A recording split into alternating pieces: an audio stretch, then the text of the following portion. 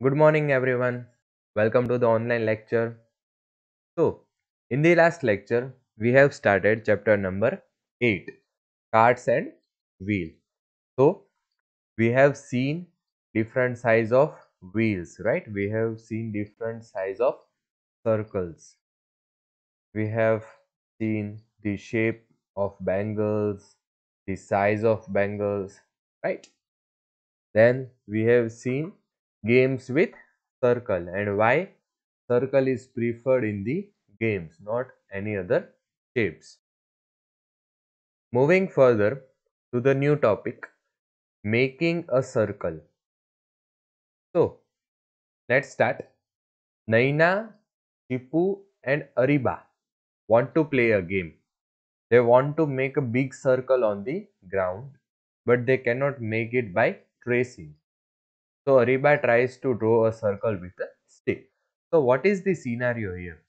There are three friends which want to play a game, but for that they have to draw a circle on the ground and they want a big circle which cannot be made by tracing. Okay.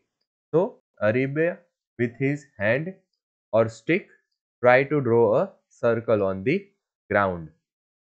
Chipu and Naina, it does not look like a circle. Okay. So what happened? Ariba tried, but the circle was not in the perfect shape. Ariba, okay, why don't both of you try? Tipu and Naina both make circle on the ground. So all the three friends tried to make the circle on the ground. Is any of this a good drawing of a circle?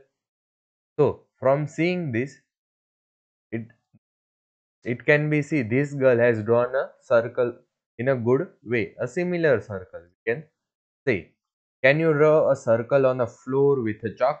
Try. So if you wish, you can try at your home by drawing a circle on the floor with the help of chalk. The next is also draw a circle in your notebook using a pencil. Okay, so first you have to draw a big circle on the floor and on the notebook also. Look at the circles drawn by your friend who has drawn the best circle. So here is one activity. If we were in the school, then we have obviously tried this. Moving further, making a circle with a rope. Ariba decided to use a nail and a thread to make a circle on the ground. Okay. So what she used? She used a nail. She used a nail and a thread to make a circle on the ground. She took a thin rope and tied nail on the both end of the rope. Then she made a circle with the help of her friend. Look at the picture and see how they are making the circle. So what is the process they have followed? So what they have done? They have taken two nails. Okay. First they place a nail here. Okay. And the another one here, somewhere over here. And then they tied a rope them, between the two. Then they fix this nail. Okay. And then they start walking in that way that this does not lose. Okay, this should be straight in all the time. So they started walking in the direction and they form a circle. Okay, so this is how they form a circle. Can you also make a circle with a rube and ariba nails like this? Yes, we can also make it. Do the activity in the small groups. Each group should take a rope of different length. See the circles made by the different groups.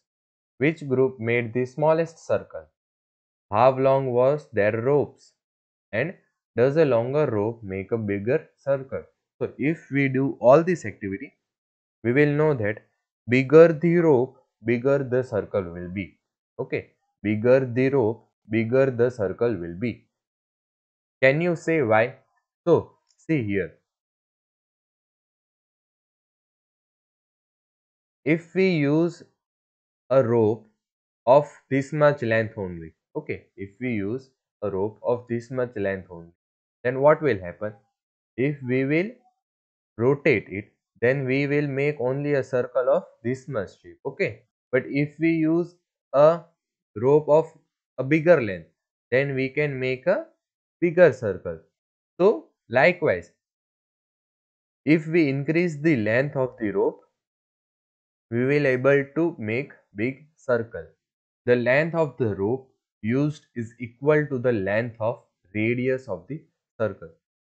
So what is this length? It is called radius. Okay, here you can see this.